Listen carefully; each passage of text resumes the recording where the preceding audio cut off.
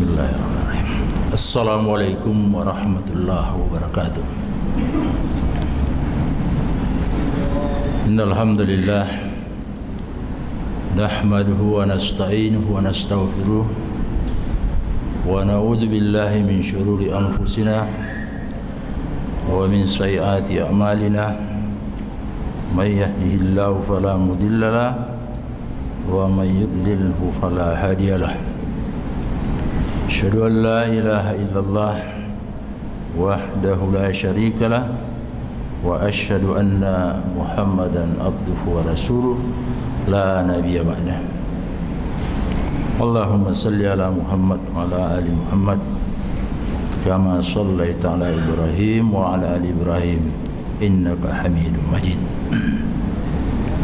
Jamaah Nurullah yang kami muliakan, sebagai orang yang beriman, marilah kita senantiasa memuji Allah dan bersyukur kepadanya atas segala nikmatnya. Kita bersyukur kepadanya disebabkan Allah menciptakan kita, kemudian memberikan petunjuknya melalui Al-Quran dan hadis-hadis Rasulullah sallallahu alaihi wasallam. Jamaah yang kami muliakan, pesan-pesan agama yang akan kami sampaikan di dalam kesempatan yang singkat ini kami maksudkan untuk merefresh,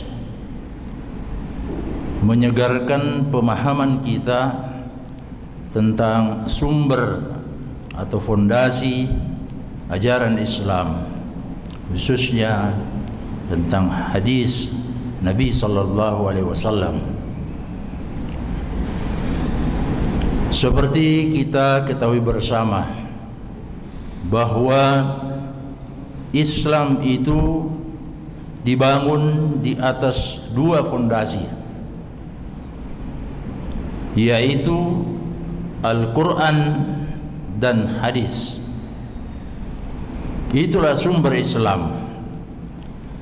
Makanya tidak mungkin seseorang itu menjadi muslim yang benar, menjadi muslim yang taat dan soleh tanpa mengetahui hadis dan sunnah, atau tanpa berpegang kepada hadis Rasulullah sallallahu alaihi wasallam. Pentingnya hadis di dalam memahami dan mengamalkan ajaran Islam itu sama pentingnya dengan Al-Quran. Sebab hadis merupakan bagian yang tidak terpisahkan dari Al-Quran sebagai aturan pokok, sedangkan hadis merupakan aturan penjelasan. Jamaah yang kami muliakan, buktinya perkara salat misalnya, Al-Quran itu hanya menyebut aturan pokoknya. Adapun penjelasannya, bagaimana mengerjakannya, itu diterangkan di dalam hadis-hadis Nabi sallallahu alaihi wasallam. Oleh sebab itu kita perlu kembali menyegarkan pemahaman kita tentang hadis. Kesempatan itu ingin kami manfaatkan pada siang hari yang singkat ini. Hadis adalah semua ucapan Nabi, semua perbuatan, pengakuan dan sifat-sifatnya. Hadis itu terdiri dari 4 komponen. Komponen yang pertama adalah yang disebut dengan hadis qauli, yaitu ucapan-ucapan Nabi. Kemudian yang kedua adalah hadis fi'li, yaitu perbuatan-perbuatan Nabi. Kemudian yang ketiga adalah hadis takriri atau pengakuan-pengakuan Nabi terhadap satu perbuatan atau ucapan. Dan yang keempat adalah sifat-sifat Nabi sallallahu alaihi wasallam. Apa yang dimaksud dengan ucapan Nabi? Yaitu semua perkataan yang keluar dari mulut beliau di dalam berbagai kesempatan, dalam berbagai suasana, menyangkut masalah apa saja dan dalam suasana apa saja. Ya, entah itu dalam suasana yang sedih ataupun dalam suasana yang gembira, baik menyangkut masalah ibadah maupun menyangkut masalah kehidupan sehari-hari. Itu semua adalah hadis.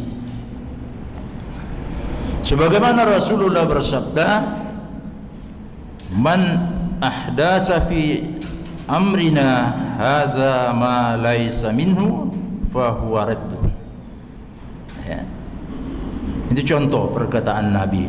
Barang siapa yang mengada-adakan suatu yang baru di dalam urusan kami yang tidak termasuk di dalamnya, maka itu ditolak. Hadis riwayat Bukhari Muslim dari Aisyah.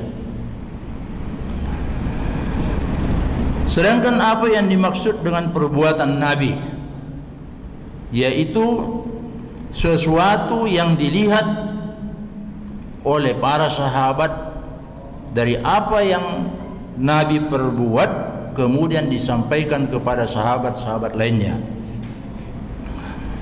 Contohnya, tata cara bagaimana salat beliau, mulai dari mengangkat takbir sampai salam. Ya. Nabi katakan, salatlah kalian sebagaimana kalian melihat aku salat. Contoh yang lain, tata cara Nabi mengerjakan manasik haji, mulai dari berihram untuk haji hingga mabit di Mina 3 malam pada hari-hari tasyrik. Beliau bersabda, ambillah dariku manasik haji kalian. Itu contoh perbuatan Nabi. Kemudian apa yang dimaksud dengan pengakuan takrir, pengakuan atau takrir? Maksudnya ialah perbuatan atau perkataan sahabat yang diketahui oleh Nabi, tetapi beliau diam atau tidak memberikan komentar. Dengan demikian, diamnya Nabi itu berarti pertanda setuju dengan perbuatan atau ucapan sahabat tersebut. Sebab jika perbuatan atau perkataan sahabat itu salah, maka Nabi tentu tidak akan mendiamkan. Contohnya, Ibnu Umar radhiyallahu an melaporkan, kami pernah berkata pada waktu Nabi masih hidup, orang yang terbaik dari umat ini setelah Nabi adalah Abu Bakar, Umar dan Utsman. Rasul mendengarnya dan tidak membantah. Contoh lain, ketika Nabi dan sahabat selesai salat subuh, beliau melihat ada orang yang mengerjakan salat sunnat. Lalu beliau menegur orang tersebut. mengingatkan bahwa tidak ada salat sunat sesudah subuh. Orang tersebut mengatakan bahwa ia mengqada solat sunat sebelum subuh yang terlewat. Lalu Nabi diam. Itu artinya bahwa Nabi SAW membenarkan seseorang yang ketinggalan solat sunat subuhnya boleh mengqada setelah mengerjakan solat fardu subuh. Kemudian sifat Nabi itu bisa berarti bentuk fisik, bisa berarti karakter atau pembawaan Nabi SAW. Contohnya, Anas berkata, bentuk fisik Nabi tidak terlalu tinggi dan tidak pendek, tidak terlalu putih dan tidak hitam. Rambutnya tidak terlalu keriting dan tidak lurus.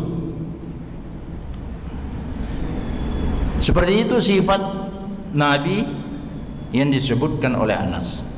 Kemudian Aisyah juga melaporkan Rasulullah SAW tidak pernah berkata buruk, tidak berteriak-teriak di pasar, dan tidak membalas keburukan orang dengan keburukan yang serupa, tetapi ia memaafkan. Begitulah sifat Nabi. Jamaah sekalian yang kami muliakan, lalu apa perbedaan antara hadis dengan sunnah? Mayoritas ahli hadis belakangan tidak lagi membedakan antara hadis dengan sunnah. Keduanya kini dipahami sama. Toh keduanya berujung pada Rasulullah SAW.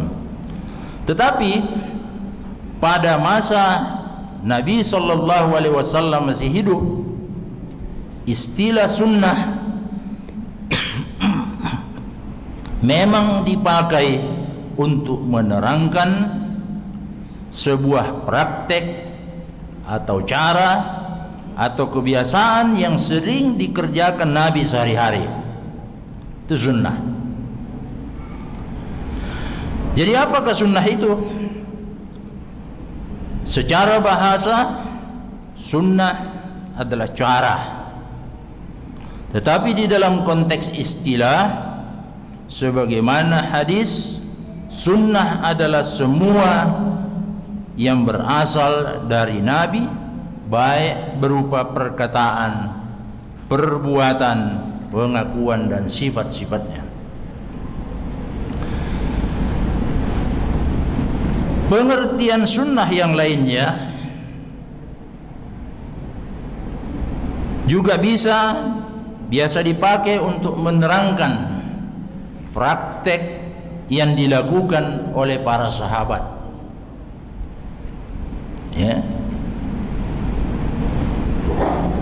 karena mengikuti suatu sunnah yang hidup di kalangan mereka atau karena ijtihad yang mereka sepakati. Misalnya hukuman derah atas seorang peminum khamar sebanyak 80 kali cambuk, ya, jadi sahabat mempraktekkan seperti itu. Dahulu pada masa pemerintahan Nabi, hukuman itu tidak tetap. Kadang Nabi menjatuhkan pukulan 40 kali, kadang juga 80 kali. Tapi ketika tiba masa pemerintahan Umar radhiyallahu an, beliau memusyawarahkan hal tersebut dengan sejumlah sahabat. Maka Abdurrahman bin Auf dan Ali bin Abi Thalib mengatakan 80 kali cambuk. Lalu Umar radhiyallahu an mengikutinya, maka ini disebut sebagai sunnah. Contoh yang lain,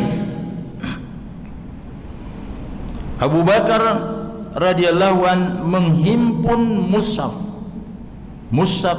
Al-Quran yang bercerai-berai atas usulan Umar bin Khattab.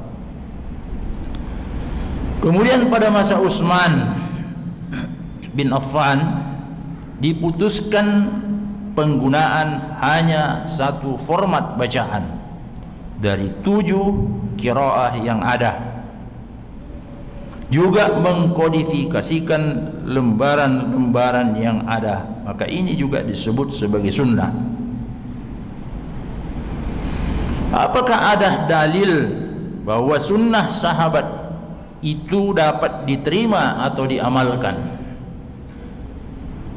Berdasarkan perintah Nabi yang diriwayatkan oleh Al-Irbad Ibnu Syariah, Rasulullah bersabda,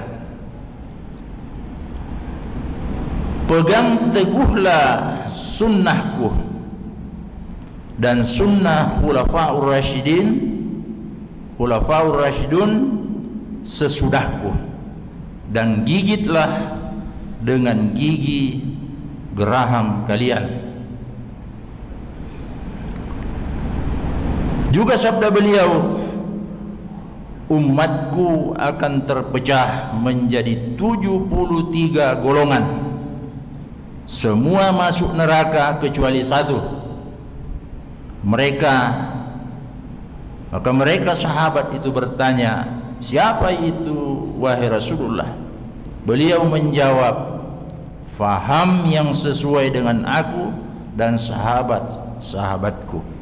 Itulah yang mendasari sehingga sunnah sahabat itu dapat diterima dan diamalkan. Jamaah sekalian yang saya muliakan, demikianlah yang dapat kami sampaikan. Mudah-mudahan bermanfaat. Atas perhatian semuanya, terima kasih. Billahi taufiq wal hidayah. Assalamualaikum warahmatullahi wabarakatuh.